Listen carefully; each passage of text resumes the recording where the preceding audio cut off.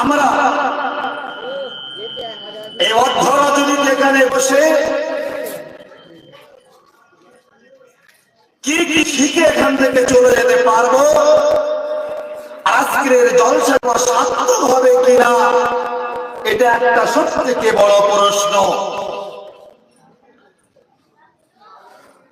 সম্মানীয় উপস্থিতি, আল্লাহ সুবহানাহু ওয়া তাআলা পৃথিবীতে আমাকে এবং আপনাকে মানুষ রূপে সৃষ্টি করেছেন। মানুষ রূপে সৃষ্টি করার পরে দুইটা জিনিস আল্লাহ তাবারক ওয়া তাআলা আমাকে এবং আপনাকে মনুষ্য জাতির জন্য এবং জিন জাতির জন্য দুইটা জিনিস আল্লাহ তাবারক ওয়া তাআলা দিয়েছেন। আজকের জলসা লম্বা চওড়া আলোচনা করব না ইনশাআল্লাহ, সংক্ষেপে কিছু কথা বলে যাব। যারা শুনছেন মাইকের আওয়াজ নোট করে একটু বাড়ি নিয়ে যাবেন। আল্লাহ তাবারক ওয়া তাআলা দুইটা জিনিস উম্মতে মুহাম্মাদকে দিয়েছেন গিফট স্বরূপ। তার মধ্যে প্রথম জিনিস যেটা দিয়েছেন সেটা হলো গাইড বুক, যেটাকে আমার ভাষায় আমি বলি মহাগ্রন্থ আল কোরআন।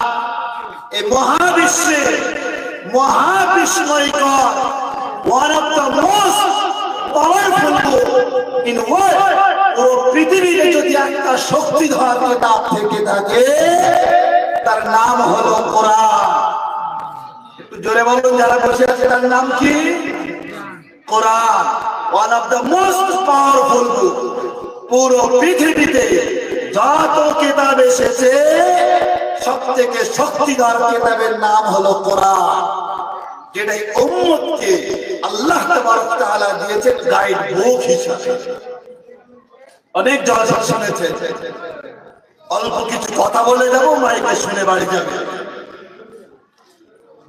আল্লাহ তাবারক ওয়া তাআলা শুধুমাত্র একটা গাইড বুক দেননি, একটা গাইড বুক দিয়ে আপনাকে ছেড়ে দেয় না আল্লাহ তাবারক ওয়া তাআলা। আর একটা জিনিস আপনাকে দিয়েছে। সেটা কি দিয়েছে আল্লাহ তাবারক ওয়া তাআলা? আর একটা জিনিস আপনাকে দিয়েছে, না চাইতেই অযাচিত ভাবে আল্লাহ তাবারক ওয়া তাআলা দিয়েছেন। সেটা হলেন বিশ্বনবী মুহাম্মদুর রাসূল সাল্লাল্লাহু আলাইহি ওয়াসাল্লাম।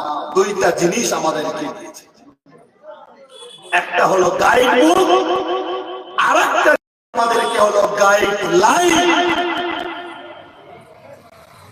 কোরআন আমার এক হাতে থাকবে, আর এক হাতে বিশ্বনবী থাকবে।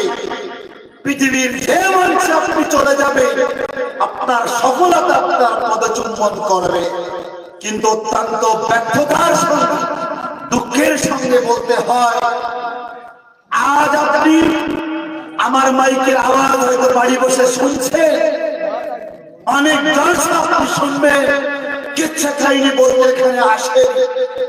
পুরো পৃথিবীতে যদি আপনি আপনার নজরটা দৌড়ান, আপনি যদি অ্যানালাইসিস করেন, বিশ্ব মানবতার মধ্যে মুসলমান জাতি আজ অপদলিত, অপদস্থ, লাঞ্ছিত, বঞ্চিত।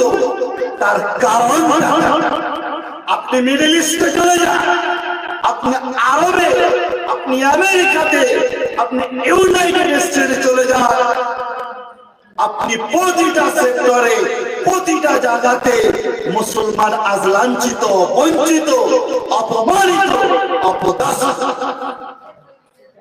আমার কথার সঙ্গে আপনি একমত হবেন অবশ্যই। আপনি সকালে উঠে টিভি চ্যানেলগুলো খুলুন, আপনি বিশ্ব মানচিত্র যদি একটু ভাবেন, আপনি ফিলিস্তিন থেকে শুরু করে নিয়ে আপনার আফগানিস্তান পর্যন্ত, আপনার মধ্যপ্রাচ্যে প্রতিটা জায়গাতে মুসলমান আজ নিপীড়িত, নির্যাতিত। আপনি দূরে যেতে হবে না, আপনি যেখানে বসবাস করছেন আপনার এলাকায় আপনার পিঠে আপনার এখনো বুঝ আসেনি মুসলমান আজ পৃথিবীতে এত লাঞ্ছিত কেন? সম্মানীয় উপস্থিতি, অল্প সময় না দীর্ঘ আলোকপাত করব।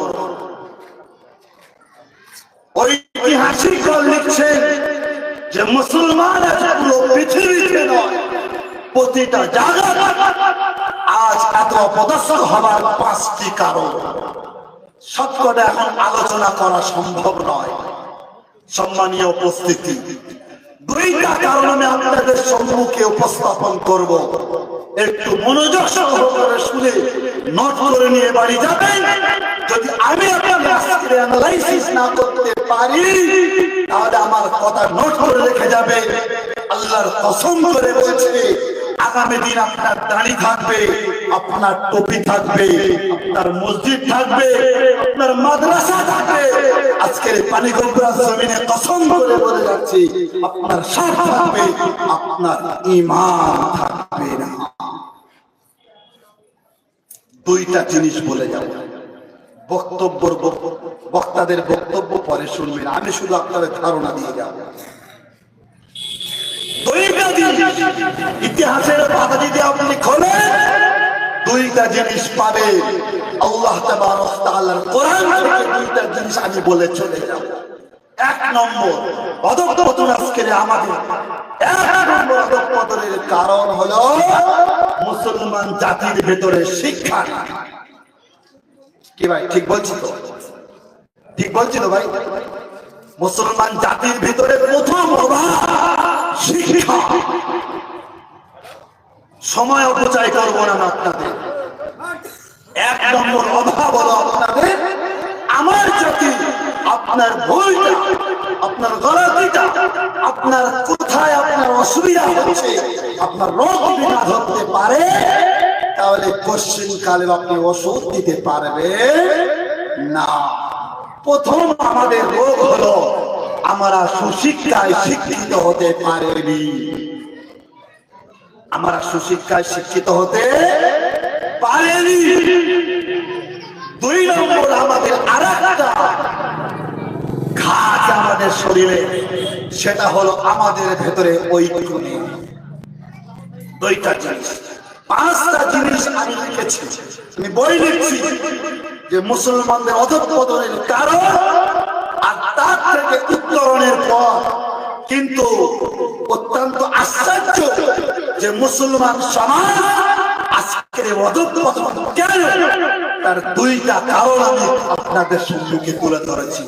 একটা হলো এই জাতির শিক্ষায় পিছিয়ে গেছে, আর একটা এই জাতির ভিতরে আত্মকলহ, দ্বন্দ্ব, ভেদাভেদ এমন সুউচ্চ প্রাচীর তৈরি হয়ে গেছে আমার আপনার মাঝে। আমি দেওবন্দি ও ফুরফুরা ও তাবলীগ ও সুন্নি ও বেরেলভি হাজারো পদের একটা প্রাচীর তুলে দিয়ে আমার আপনার মাঝে ডিভাইড করে দিয়েছে। আর এটাই হলো মধ্যপ্রাচ্যের একটা ডিভাইড। মানুষের মাঝে ডিভাইড করো এবং তার উপরে রাজত্ব করো, এটাই হলো থিওরি।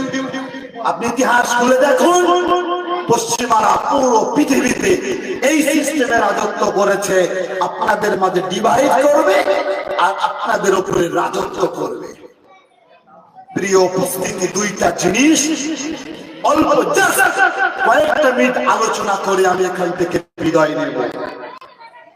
সর্বপ্রথম যে বিষয়টা আপনাদের সম্মুখে বলতে চাই সেটা হলো ঐক্য।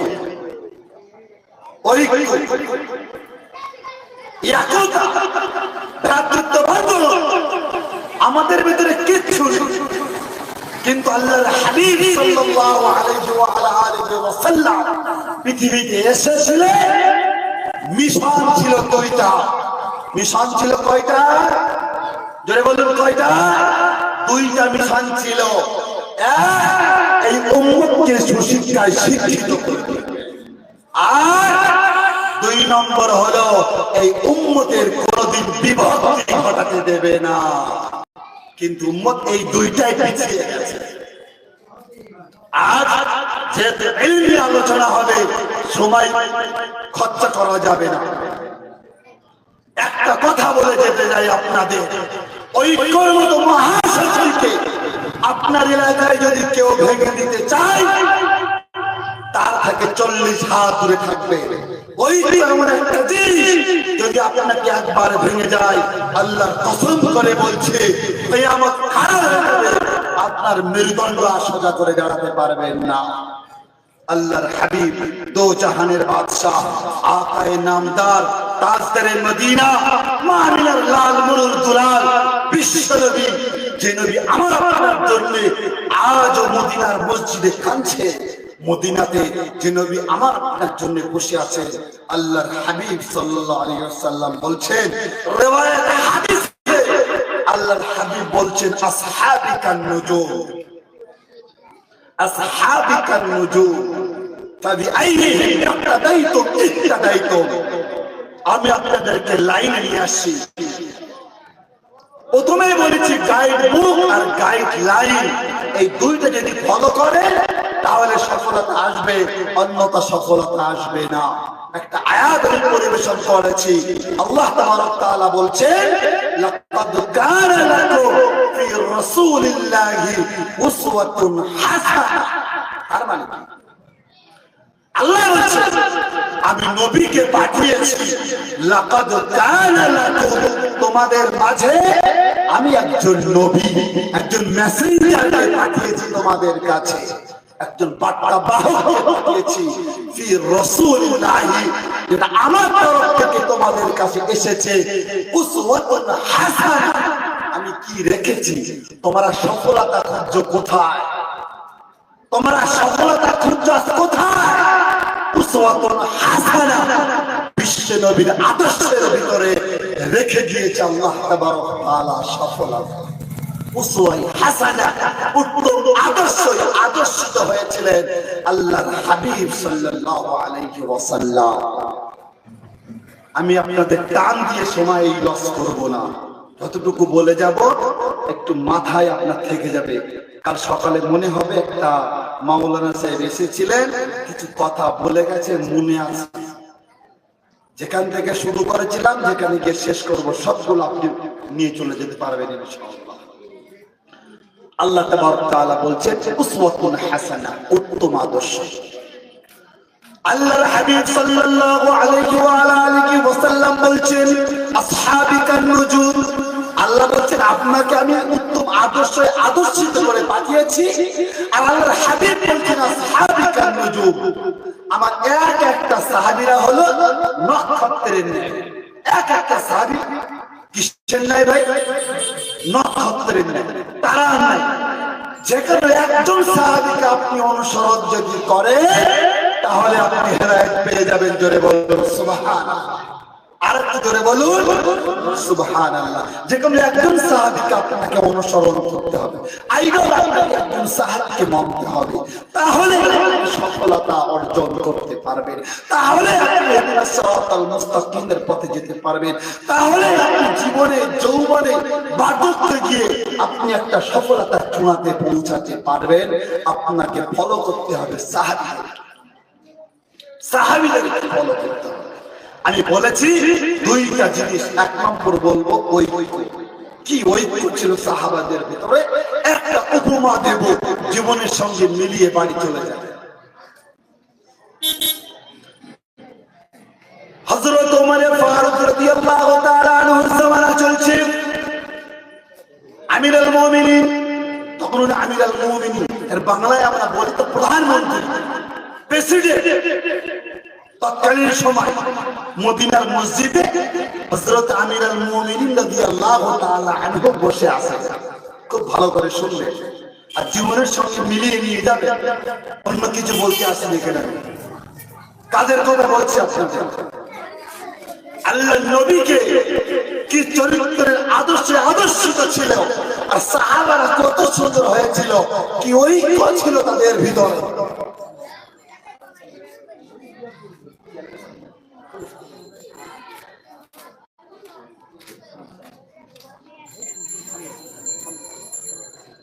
সাহাবাদের ভিতরে কি চরিত্র ছিল, একটা উপমা নিয়ে যান।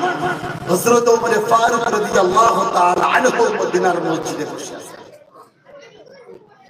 আমার মতো একজন যুবক, তকবকে নওজোয়ান, পাশে আরেকজন যুবক, দুইজনা মিলে আরেকটা যুবক যুবকের জামার কলারটা ধরে ছেড়ে মসজিদের নবাবিতে নিয়ে আসছে, মসজিদে নবাবিতে নিয়ে আসছে। হযরত ওমর ফারুক রাদিয়াল্লাহু আনহু উপস্থিত মজলিসে খুব ভালো করে অনুধাবন করবেন আর শিক্ষা নিয়ে বাড়ি যাবেন। দলাদলি করার কোনো জায়গা নেই। হযরত ওমর ফারুক রাদিয়াল্লাহু তাআলা আনহু বলছে, হে যুবক, তোমরা আগন্তুক ব্যক্তিকে, মুসাফিরকে জামার কলারটা ধরে আমার মদিনাতে কেন নিয়ে আসছো? কারণ কি? হযরত ওমর ফারুক রাদিয়াল্লাহু তাআলা আনহু স্তব্ধ হয়ে গেলেন। বলেন, আমিরুল মুমিনিন, আমাদের পিতাকে, যাকে ধরে নিয়ে এসেছি, এ আমাদের পিতাকে হত্যা করেছে।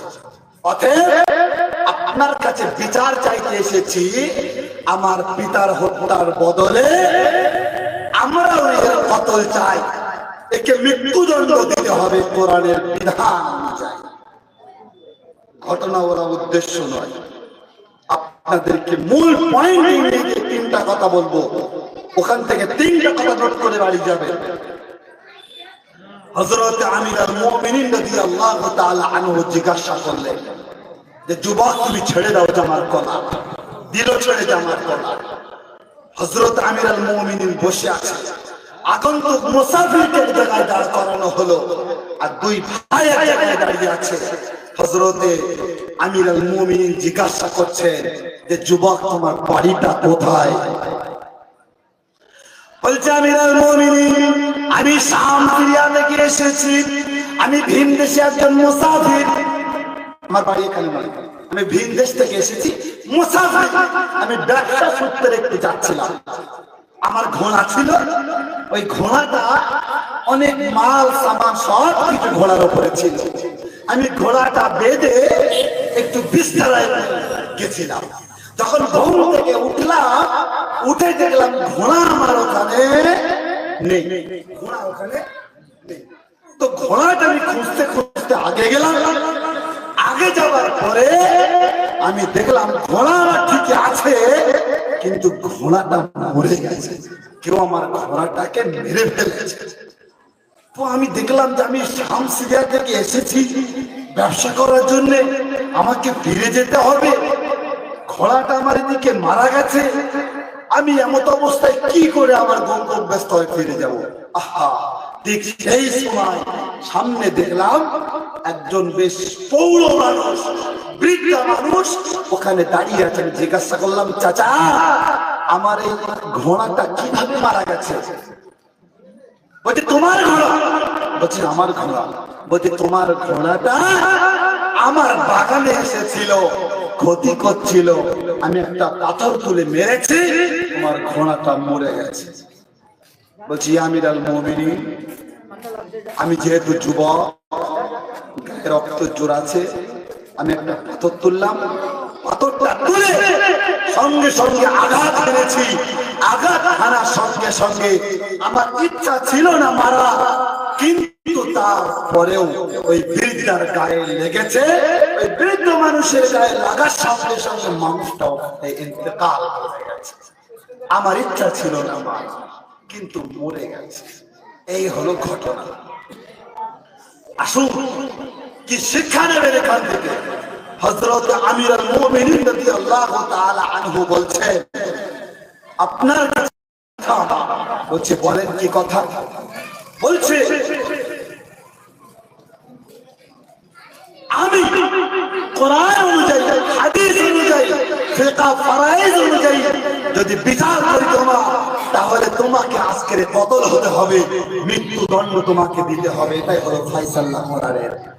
তো আগন্তুক মুসাফির বলছে, আমিরুল মুমিনিন, এখান থেকে খুব ভালো করে শুনে আমার কথা, খুব ভালো করে। আপনারা আমার ছাত্র, এই মনে করে বক্তব্য দিচ্ছি, আপনারা শ্রোতা নয়। একজন ছাত্র যেভাবে শোনে শিক্ষকের কথা, এইরূপ শুনে দেওয়া বাড়ি যাবে। আমিরুল মুমিনিন বলছেন যে, বলো তোমার কি বক্তব্য? বলছে, আমার বক্তব্য অন্য কিছু নয়, একটা আবদার আপনার কাছে আমার আছে। বলছে, কি আবদার? বলছে বাড়িতে আমার মা আছে, বাড়িতে আমার স্ত্রী আছে, বাড়িতে মা আছে, স্ত্রী আছে। আর একটা কথা বলেছে যে বাড়িতে আমার কিছু ঋণ আছে, আমার কিছু ঋণ আছে, আমার কিছু পাওনা আছে, কিছু লোকের আমারও তো আমার কাছে আছে। আমি আপনার কাছে একটা রিকোয়েস্ট করব, দয়াপূর্বক আপনি আমাকে ছেড়ে দিন। একটা ডেট, সেই ডেটে আমি আপনার কাছে আবার দেখা করব। ওই দিন আপনি আমাকে ফাঁসির কাস্টে ঝুলিয়ে দেবেন, আমার মৃত্যুদণ্ড ওই দিন দেবেন। আজকে আপনি আমাকে ছেড়ে দেন। আমিরুল মুমিনিন রাদিয়াল্লাহু তাআলা আনহু বলছেন, তাই কি করে সম্ভব? কিভাবে সম্ভব? একজনের ফাঁসির অর্ডার গেছে, আর আপনি যদি বাদশার কাছে বলেন যে আমাকে একটু ছেড়ে দেন, সামনের সপ্তাহে আমি আসবো, আমাকে ওই দিন ফাঁসি দেবেন, কেউ কি আসবে ভাই? কেউ আসবে? সম্ভব? বাংলাদেশ পারে চলে যাবে না, বর্ডার পারে কোথায় চলে যাবে, কেউ খুঁজে পাবে না। আমিরুল মুমিনিন বললেন, ঠিক আছে, অপশন তোমার জন্য খোলা আছে। নামাজে জোহরের পরে, জোহরের নামাজ হয়ে গেছে। প্রিয় উপস্থিতি, যারা শুনছেন মাইকের আওয়াজ একটু মনোযোগ সহকারে শুনবেন। মহাশক্তি একদম প্রবন্ধ করে কিছু মানুষ নিজের স্বার্থশক্তি, নিজের স্বার্থের জন্য, নিজের পদ ও মর্যাদার জন্য, এই সামান্য চেয়ারের জন্য ঐক্যের মতো প্ল্যাটফর্মকে ভেঙে চুরমার করে দিয়েছে। খোদার কসম করে বলছি, আমার আপনার কোনো লাভ হবে না, লস হবে না। উম্মতের ঈমান চলে যাবে, উম্মত ধ্বংস হয়ে যাবে, ঐক্য নষ্ট হয়ে যায়। হযরত ওমর ফারুক রাদিয়াল্লাহু তাআলা আনহু বলছেন, যোহরের পরে তুমি দাঁড়াবে, সাহাবায়ে কেরামরা মসজিদে সবাই জড়ো হয়ে যাবে, তুমি ওখানে উঠে 5টা মিনিট বক্তব্য রাখবে, তোমার মনের কথা বলবে। তুমি উঠে বলবে যে আমার বাড়িতে বৃদ্ধা মা আছে, আমার একজন সরসী সুন্দর স্ত্রী আছে, আমার কিছু দেনা আছে, আমার কিছু আমানত আছে, আমাকে একটা সপ্তাহের অনুমতি দেওয়া হোক। আগামী জুম্মার দিনে বাদ নামাজে জুমা আমি এই মসজিদে নববীতে আবার আসবো। একজন যদি তোমার জন্য মডগ্রেজ থাকে, একজন যদি তোমার জন্য জিম্মেদার থাকে, তুমি যদি না আসো তাহলে তোমার জায়গায় তাকে ফাঁসির কাস্টে ঝোলানো হবে, তাকে মৃত্যুদণ্ডে দণ্ডিত করা হবে। যদি কেউ তোমার কথায় দাঁড়ায় তাহলে তোমাকে ছেড়ে দেওয়া হবে। হযরত উঠেছেন, নামাজের পরে বক্তব্য দেবেন, উঠেছে, বক্তব্য রেখেছে, কেউ দাঁড়ায় না। কেউ দাঁড়াবে নাকি? কেউ দাঁড়াবে না। সাহাবীদের ভিতরে কিং কর্তব্য বিমূঢ় সবাই চুপচাপ, কেউ কেউ কথা বলছে না। হঠাৎ করে হযরত আবু যর গিফারি রাদিয়াল্লাহু তাআলা আনহু দাঁড়িয়েছে, বয়সে অনেক বৃদ্ধ, সম্মানিত বিদগ্ধ বিচক্ষণ সাহাবী দাঁড়িয়ে বলছে, আমিরুল মুমিনিন দাঁড়াও, ওই আগন্তুক মুসাফিরের জন্য আমি আবু যর গিফারি, আমি মডগ্রেজ থাকলাম, জমিন থাকলাম, যদি আগামী শুক্রবার যদি না আসে তাহলে আমি নিজে আমার জীবনকে দিয়ে দেব।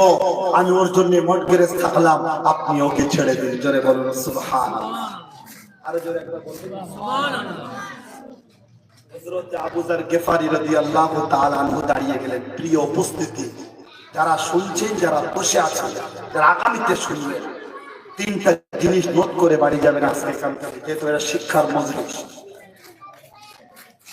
হযরত ওমর ফারুক রাদিয়াল্লাহু তাআলা আনহু ছেড়ে দিলেন, যাও তুমি চলে যাও। একদিন দুদিন চলে গেল, শুক্রবার হয়ে গেছে, উক্ত ব্যক্তি মদিনার মসজিদে আসে। নামাজের যখন সময় হয়ে গেছে, আমিরুল মুমিনিন রাদিয়াল্লাহু তাআলা আনহু পত্র লিখেছে যে চলে যাও, চিঠি দিয়ে চলে যাও, সাহাবীর কাছে গিয়ে বলো যে তোমার মানসিক ভাবে এবং শারীরিক ভাবে প্রস্তুতি নিয়ে মদিনার মসজিদে হাজির হও, তোমাকে আজকের মৃত্যুদণ্ডে দণ্ডিত করা হবে। সাহাবীর কাছে চিঠি চলে গেছে, পত্র চলে গেছে। হাজারে হাজারে লোক মদিনার মসজিদের আশেপাশে সবাই স্তব্ধ হয়ে গেছে, নিরপরাধ একজন মানুষকে আজকে মৃত্যুদণ্ড দেওয়া হবে। জাল্লাদের চোখ দিয়ে টপ টপ করে পানি পড়ছে। হযরত আমির আল মুমিনিন রাদিয়াল্লাহু তাআলা চুপচাপ বসে আছেন, কোনো কথা আসছে না মুখে। ঠিক সেই সময় পাহাড় থেকে একজন যুবক চিল্লা দিয়ে বলেছিল, আমির আল মুমিনিন আপনি একটু অপেক্ষা করুন, দূরে ঘোড়ার আওয়াজ আসছে, ঘোড়ার ধোঁয়া উঠছে, ধুলো উঠছে, মনে হচ্ছে হয়তো ওই ব্যক্তি ফিরে আসছে এখানে, একটু অপেক্ষা করুন, দেখা যাক, হতে তো পারে সেই ব্যক্তি ফিরে আসছে এখানে। দেখা গেল কিছুক্ষণ পরে উক্ত ব্যক্তি ফিরে এসেছে হযরত আমির আল মুমিনিন রাদিয়াল্লাহু তাআলা আনহুর কাছে। সুবহানাল্লাহ। পরে আগে শুনুন, শোনেন, শিক্ষা কি জিনিস আমি আপনাদের এখানে বলছি, সমস্ত শক্তি এক জায়গায় করে বলছি আমি। ওই কদিন নষ্ট করেছে, আল্লাহর কসম করে বলছে, আমি আপনার মান নিয়ে কবরে চলে যাব, আমি আপনার গাড়ি নিয়ে কবরে চলে যাব, আমার আপনার সন্তান দাঁড়িয়ে রাখার ক্ষমতা হবে না। একথা লিখে রেখে দেন আপনি। মিথ্যা হয়ে যায়, আমি জবান দিয়ে যাচ্ছি, আমার কথা মিথ্যা হবে না যদি ঐক্য নষ্ট হয়ে যায়। হযরত আমির আল মুমিনিন রাদিয়াল্লাহু তাআলা বসে আছেন, উক্ত যুবক ঘোড়া ছুটিয়ে বীর বিক্রমে দৌড়ে এসে ঘোড়াটা ফেলে দিয়ে আমির আল মুমিনিন রাদিয়াল্লাহু তাআলা আনহুর পায়ে জড়িয়ে ধরেছে। বলছে, হুজুর ভুল হয়ে গেছে, আমার আসতে দেরি হয়ে গেছে। বলছে, কেন? বলছে, আসার পথে আমার ঘোড়ার পাটা মস্কে গেছে, তাই আসতে দেরি হয়ে গেছে, আমি চলে এসেছি। আবু যার গিফারিকে আপনি ছেড়ে দিন, সাহাবীকে আপনি ছেড়ে দিন, আমাকে আপনি মৃত্যুদণ্ডে দণ্ডিত দিন। হযরত ওমর ফারুক রাদিয়াল্লাহু তাআলা আশ্চর্য, এত সাহাবী ছিল হাজার হাজার, সবাই আশ্চর্য, কিভাবে সম্ভব যে একজন মানুষের মৃত্যুদণ্ড দেওয়া হয়ে গেছে, তার ফাঁসি হবে, সে জানে যে আমি জেলে আমাকে মেরে দেবে, তারপরেও সেখানে ফিরে আসে, কিভাবে সম্ভব, কিভাবে সম্ভব এটা? হযরত আমির আল মুমিনিন রাদিয়াল্লাহু তাআলা আনহু বলেছিলেন, প্রিয় উপস্থিতি, অনেক মানুষ আমরা এখানে জড়ো হয়েছি। আজকের মজলিসটা কিন্তু দ্বীনি মজলিস, আজকের মজলিসটা মাদ্রাসার প্রোগ্রাম, দস্তরবন্দি জলসা, শিক্ষার জিনিস মাথায় রাখুন। আমির আল মুমিনিন রাদিয়াল্লাহু তাআলা আনহু বলেছিলেন, বিচার পরে হবে, আগে তোমার বক্তব্য শুনো, তুমি ওখানে দাঁড়াও। ভালো করে মনে রাখবেন, তিনটা কথা বলবেন, তিনটা কথা। আমির আল মুমিনিন রাদিয়াল্লাহু তাআলা আনহু বললেন, তুমি ওখানে দাঁড়াও। দাঁড় করানো হলো। বলে, তোমার বাড়ি কোথায়? বলছে, শাম সিরিয়ায়।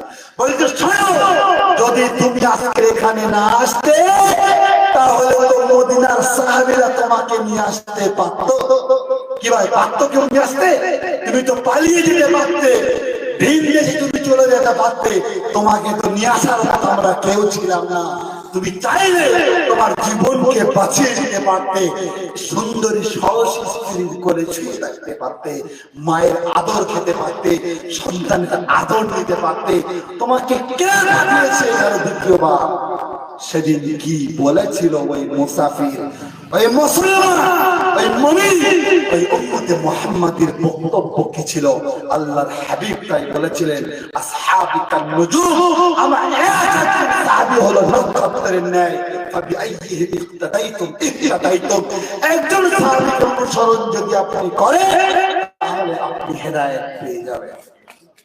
কি বলেছিলেন সেদিন? মাঝখানে বেশি কথা বাড়াবো না, পয়েন্টে আগে ভুলে যাবেন আপনারা। উনি বলেছিলেন, আমির আল মুমিনিন, আপনি ভালো করে শুনে রাখুন আমার কথা, খুব ভালো করে শুনে রাখুন। আর যদি আমি উম্মতে মুহাম্মাদি, আমি একজন মুসলমান হয়ে আপনার দরবারে দ্বিতীয়বার ফিরে না আসতাম, ভালো করে শুনে আমাকে আমি কি বলছি। বলছেন, আমির আল মুমিনিন, যদি আমি ফিরে না আসতাম আপনার দরবারে দ্বিতীয়বার, তাহলে ইতিহাসের পাতায় লেখা থাকতো যে একজন মুমিন বিপদে পড়েছিল, তার সাহায্য করার জন্য আর একজন মুমিন বুক চিতিয়ে আগিয়ে এসেছিল। কিন্তু মুমিনের সাহায্য করার জন্য আর একজন মুমিন এসেছিল, আর ওই মুমিন নাজায়েজ ফায়দা তুলে নিজের জীবনকে বাঁচিয়ে নিয়ে মিথ্যা ওয়াদা করে, গাদ্দারি করে আর বেঈমানি করে আর একজন মুসলমান ভাইকে ফাঁসিয়ে দিয়ে নিজের জীবনকে বাঁচিয়ে নিয়েছিল। ইতিহাসের পাতায় এমনটা লেখা না হয়, তাই দ্বিতীয়বার আবার ঘুরে আপনার দরবারে এসে এই প্রমাণটা করে দিয়ে গেলাম যে উম্মতে মুহাম্মাদি সব কাজ করতে পারে, উম্মতে মুহাম্মাদি সব রকম গুনাহ করতে পারে। আল্লাহর কসম করে বলছি উম্মতে মুহাম্মাদি কোনদিন বেঈমান আর উম্মতে মুহাম্মাদি কোনদিন গাদ্দারি করতে পারে? যারা বলেন পারে, উম্মতে মুহাম্মাদি সব কাজ করতে পারে, গাদ্দারি করতে পারে না। তাই জীবনকে বাজি রেখে দ্বিতীয়বার আবার আপনার কাছে এসে প্রমাণ দিয়ে গেলাম যে জীবন দিয়ে দেবো, কিন্তু মুসলমান যেন ইতিহাস না লেখা থাকে যে মুসলমান গাদ্দার তৈরি। কি ঐক্য ছিলেন হযরতে ওমর ফারুক রাদিয়াল্লাহু তাআলা পছন্দ দাঁড়িয়ে গেছে যে আল্লাহর হাবিবের আদর্শে কত সুন্দর আদর্শ হয়েছে। হযরত ওমর ফারুক রাদিয়াল্লাহু তাআলা আবু যার গিফারীকে জিজ্ঞাসা করলেন যে হুজুর আপনি তো অনেক বয়স, আপনার বেয়াদবি ক্ষমা করবেন, আপনি কেন দাঁড়িয়েছিলেন? সেই জমানায় এসে আপনি যদি না আসতে পারতো আপনার কি দরকার ছিল দাঁড়ানো? হযরতে আমিরুল মুমিনিনকে সেদিন আবু যার গিফারী কি উত্তর দিয়েছিল এই টাকা আপনাকে মনে রাখতে হবে। 2 নম্বর, সেদিনকে বলেছিল আমিরুল মুমিনিন যদি আমি না দাঁড়াতাম তাহলে ইতিহাসের মানচিত্রে ইতিহাসের পাতায় লেখা থাকতো যে একজন মুমিন মুসলমান বিপদে পড়েছিল আর বিপদে পড়ার সঙ্গে সঙ্গে আর একজন মুসলমানের কাছে ভিক্ষার হাত পেতেছিল সাহায্যের জন্য, কিন্তু মুসলমানের সাহায্যের জন্য কোন মুসলমান এগিয়ে আসেনি। ইতিহাসের না লেখা থাকে, তাই নিজের জীবনকে বাজি রেখে মুসলমানের সাহায্য করার জন্য জীবন চলে যাবে আবু যারের, কিন্তু মুসলমানের সাহায্য করার জন্য নিজের জীবনকে বাজি রাখবে। তাই আমার জীবনকে বাজি রেখে বলেছিলাম আপনাকে ছেড়ে দিন, দরকার পড়ে আপনি আমাকে মৃত্যুদণ্ড দেবেন। সুবহানাল্লাহ। পরে আগে শুনুন 2টা জিনিস। ঐক্য বুঝতে পারছেন কি জিনিস ভাই? বুঝতে পারছেন? কিছু কিছু আপনার জ্ঞানে কিছু বাড়ছে ভাই, কিছু জ্ঞানে বাড়ছে তো। 3 নম্বর, 2 ভাই ওখানে দাঁড়িয়েছিল, 2 ভাই এই কর্মকাণ্ড দেখে হতভম্ব হয়ে গেছে। বলছে আমিরুল মুমিনিন আমার বাপের হত্যাকারীকে নিঃশর্তে ক্ষমা করে দিলাম। জোরে বলুন সুবহানাল্লাহ, আরো জোরে বলুন সুবহানাল্লাহ। সবথেকে আশ্চর্য কথা এখানে হযরত আমিরুল মুমিনিন জিজ্ঞাসা করলেন তোমরা 2 যুবক তোমাদের পিতাকে হত্যা করেছে, তোমরা কেন ক্ষমা করছো? বলছে শুনুন আমিরুল মুমিনিন, যখন আমরা বুঝতে পেরেছি, যখন আমাদের আকলে ধরে গেছে, তখন আমরা স্যাটিসফাই হয়েছি যে আমার পিতাকে এই ব্যক্তি হত্যা করেছে আর সে আমাদের কাছে ক্ষমা চাইছে। যদি আজকে ক্ষমা না করি তাহলে হয়তো ইতিহাসের পাতায় লেখা থাকবে যে একজন মুমিন হয়ে আর একজন মুমিনের কাছে ভুল করেছিল, অতঃপর সে নিঃশর্তে ক্ষমা চেয়েছিল, কিন্তু মুসলমান হয়ে মুসলমান ভাইকে ক্ষমা করেনি। তাই আমার বাপের হত্যাকারীকে আপনার সামনে নিঃশর্তে আমি ক্ষমা করে দিলাম। জোরে বলুন সুবহানাল্লাহ। 3টা জিনিস আপনাদেরকে বললাম। আজ পুরো বিশ্বে মিডল ইস্ট পুরো পৃথিবীর মানচিত্র হাতের মুঠোয় আপনি মনে একবার চাপলে আপনার হাতে আসবে। মুসলমান আজ দুর্ভিক্ষের মতো লড়ছে খোদার সঙ্গে নয়, ঐক্যের জন্য। কেউ কারোর সঙ্গে মেশামেশি নেই। দলমত নির্বিশেষে উঠে আপনাদের কাছে পায়ে দুখানে ধরে বলে যাব, অনেক কিছু মনে হবে আপনার, এটা ঠিক, ওটা ঠিক, ওটা ভুল, এটা ঠিক, সবকিছু আপন জায়গায়। من قال لا اله الا الله فدخل الجنه, যে ব্যক্তি একবার কালেমা পড়বে সে অবশ্যই একদিন জান্নাতে যাবে। এই কথাটা মাথায় রেখে আমার আপনার সঙ্গে কিন্তু কোনো সম্পর্ক নেই ভাই। আল্লাহর হাবিব সাল্লাল্লাহু আলাইহি ওয়াসাল্লাম যে শিক্ষা আমাদেরকে দিয়ে গেছেন, যে উসওয়ায়ে হাসানা আমার আপনাকে দিয়ে গেছেন। সাহাবীদেরকে কোন রক্তের সঙ্গে সম্পর্ক ছিল না, কোন সাহাবী কারোর সঙ্গে রক্তের সম্পর্ক ছিল না, কিন্তু রক্তের সম্পর্কের সঙ্গে যতটা মহব্বত হয় বেশি সম্পর্ক আল্লাহর হাবিব সাহাবাদের মাঝখানে করে দিয়ে গেছে। আপনি ইতিহাস বলার সময় নেই, অনেক কিছু বলতাম, সময় সংক্ষেপ আপনাদের শোনাতাম, সময় অপচয় করলে করতে পারতাম, অপচয় করিনি। কিছু কথা আপনাদের কাছে বলে গেছে। আরো সময় থাকলে বলতাম, শোনা দাও আল্লাহর হাবিব আপনাকে চেনে না, ভাই আপনাকে চেনে না, দুজনের মাঝখানে এমন বন্ধুত্ব সুলভ ব্যবহার তৈরি করে দিয়েছে। আপনি আনসারীদের ইতিহাসগুলো পড়ুন, আপনার দুটো স্ত্রী ছিল, একটা স্ত্রীকে তালাক দিয়ে আপনার ভাইকে দিয়ে দিয়েছে, 10 বিঘে জমি ছিল, জমি ভাইকে দিয়ে দিয়েছে। রক্তের ভাই নয়, কলেমার ভাই। আজ আমরা কলেমার ভাই একে অপর উপরে কাদা ছুঁড়ি কেন? আমি নিজে দারুল দেওবন্দ থেকে পড়াশোনা করেছি, পুরো পৃথিবীর সবথেকে বড় ইউনিভার্সিটি। কোনদিন শুনিনি, কোনদিন ভাষায় বলে যাচ্ছি আমার রক্তের সম্পর্কে কেন।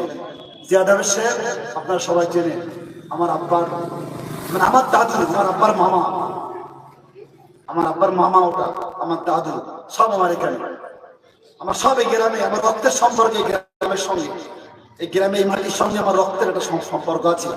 অতএব এখানে আমি বলে যাচ্ছি, পৃথিবীতে কোন দল বলে কোন জিনিস নেই, একটাই দল, সেটা হলো নবী মুহাম্মদ রাসূল সাল্লাল্লাহু আলাইহি ওয়াসাল্লামের দল। আখিরাতে যখন আপনি যাবেন, আপনাকে জিজ্ঞাসা করা হবে না আপনি কোন দল করে এসেছেন, আপনাকে জিজ্ঞাসা করে নামাজ পড়েছো কিনা, মুসলমানের ঘরে যখন লাঠি মারা হচ্ছিল তুমি তখন ঘরে তখন আনন্দ করছিলে কিনা, এই কথাগুলো আপনাকে জিজ্ঞাসা করতে হবে কিয়ামতের দিন। আপনার সঙ্গে আমার সঙ্গে কোনো দুশ্মনী নেই, কোনো বন্ধুত্ব নেই, একটাই সম্পর্ক আপনার সঙ্গে। আপনি কলেমা পড়েন, আমি কলেমা পড়ি, আপনি আযান হলে মসজিদে, আমি আযান হলে মসজিদে যাই, আপনার সঙ্গে আমার একটাই, আপনি যাকে মহাব্বত করেন আমি তাকে মহাব্বত করি, তাই তো নাকি ভাই?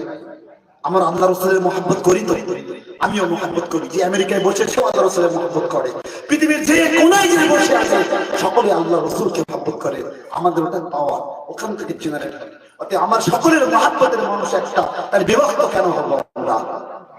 যখন মহাব্বত একজনের করি তাই পার্থক্য আমরা কেন হবো? একজনকে ভালোবাসি না, যার জন্য জীবন দেবো, সবাই মরবো তার জন্য ইনশাআল্লাহ। হাত তুলে বলুন, আল্লাহ রাসূলের জন্য মরতে কে কে রাজি আছে? জীবন দিতে হাত তুলে বলুন একবার, আল্লাহ কবুল করে নেবে, জান্নাতের জন্য হয়ে যাবে আপনার, আল্লাহ কবুল করে নেবে। রশিদ গাঙ্গুই সাহেব রাহমাতুল্লাহ আলাইহির একটা বইতে লেখা আছে, বলছে একজন মানুষের জান্নাতে যাওয়ার জন্য শুধু এতটুকু যথেষ্ট, জীবনে একবার রাসূলকে মুখ দিয়ে বলেছিল আমি রাসূলকে ভালোবাসি, এতটুকু বলেছে কোনদিন রাসূলকে ভালোবাসি, জীবনে কাজে কর্মে দেখায়নি, তার বারবার তাকে জান্নাতে দেয় আল্লাহ রাসূলকে ভালোবাসার পরে। এটা মনে রাখবেন, ওই ভাঙার চেষ্টা করবেন না, ভুল হবে। গ্রামে থাকতে গেলে, আশেপাশে থাকতে গেলে অনেক মাথায় আসবে, সবগুলো ভুলগুলো পেছনে ফেলে কলেমার ঝান্ডায় একত্রিত হয়ে সকলেই হাতে হাত মিলিয়ে, কাঁধে কাঁধ মিলিয়ে আমরা ঐক্য গড়ে তুলবো। আর হুজুর চলে আসছেন আমাদের সম্মানিত অতিথি। যে কথাটা আমি শুরুতেই বলেছিলাম যে আমাদের এখানে পাগড়ির মজলিস হচ্ছে, আজকের দস্তারবন্দি জলসার সম্মানিত মেহমান এসে গেছেন। আর একটা কথা 1 মিনিটে বলবো, বাড়িতে চলে যাবেন সকলে, আপনার পায়দোখানি ধরে বলে যাবো, পাটা আগিয়ে দেবেন, পায়দোখানি ধরে বলে যাবো। কালকেরই বলে বুঝবে, আপনি আল্লাহর কসম করে বলছি, যদি বাঁচতে চান আপনার ছেলেকে মাদ্রাসায় পড়ান, স্কুলে পড়ান, ডাক্তার আইএস আইপিএস অফিসার করুন, আপনার ছেলে হাফেজ হবে, ডাক্তার তৈরি করুন, সেই পরিকল্পনা করুন। বিচক্ষণ সাইফুদ্দিন ভাই আছেন, আর আলেম ওলামা আছেন, আপনি যে আলেম ভালো লাগে তার দ্বারস্থ হন, তার কাছে গিয়ে আলেমদের সহানুভূতি ছাড়বেন না। একটা কথা মনে রাখবেন, জীবনে আলেমদের ছেড়েছে, এই আলেম যদি আপনি আলেমের পা থেকে যেই সরে যাবে, মনে করবেন আপনার পদস্খলন ঘটবে। আলেম ছাড়বেন, টাকা হয়ে যাবে তাও আলেম ছাড়বেন না, জ্ঞান হয়ে যাবে আলেম ছাড়বেন না, আলেমের পিছনে ধরে রেখে দেবেন। ইন্নামা ইয়াখশাল্লাহ মিন ইবাদিহিল উলামা, আলেমদের সঙ্গে চলুন, সন্তানদেরকে আলেম করুন, সুশিক্ষায় শিক্ষিত করুন। আর একটা কথা, নারীদেরকে যারা বাড়িতে আছে ওদেরকেও সুশিক্ষা শিক্ষিতা করুন, ওদেরকেও ডাক্তার মাস্টার করুন, সমাজের মূল স্রোত ওদেরকেও নিয়ে আসুন। 2টা কথা বলে গেলাম, শিক্ষায় শিক্ষিত হন, নিজের পেটে পাথর বাঁধুন, বাচ্চাকে সুশিক্ষা করুন। পেটে পাথর বাঁধুন, আপনি ভিক্ষা করুন, আপনি রাস্তায় ভ্যান চালান, ছেলেকে স্কুলে পাঠান, স্কুল ড্রপ করে স্কুলে পাঠান, মাদ্রাসায় পাঠান, পয়সা না থাকলে ভিক্ষা করুন, বাচ্চাদেরকে লেখাপড়া শেখান। আপনার আপনাদের কাছে বুঝে যাবো। আর ওই কোটির বাঁচিয়ে রাখবেন। এই বলে যতটুকু আলোচনা করেছি ভুল ভ্রান্তি মার্জনীয়, ক্ষমা সুন্দর নজরে দেখবেন। আমি আসছি, আলহামদুলিল্লাহ রাব্বিল আলামিন। সম্মানীয় বিচক্ষণ আলেম দিন হযরতুল আল্লাম হযরত মাওলানা আশিক হুজুর এসে গেছে, তিনি আলোচনা করবেন। অনেক সিনিয়র, অনেক জ্ঞান, অনেক দীর্ঘদিন এক্সপিরিয়েন্স আছে হযরতের। আমি তো ছোট মানুষ, 2-4 কথা বলে গেলাম, জ্ঞান গর্ব কিচ্ছু নেই, একদম মূর্খ, 2-4টা কথা বলে গেলাম। যেটা বলে গেলাম আপনাদেরকে শিখিয়ে গেলাম। শিখতে পেরেছেন তো ইনশাআল্লাহ? সবাই বলুন শিখতে পেরেছেন তো? মেনে চলবো ইনশাআল্লাহ।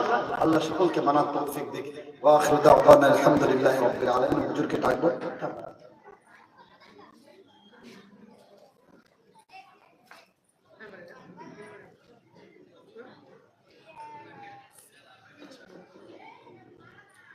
যাই হোক, আমাদের সামনে হযরতুল আল্লামা হযরত মাওলানা মুফতি আশিক বিল্লাহ সাহেব, আপনাদের সম্ভবত পরিচিত, এসে গেছেন।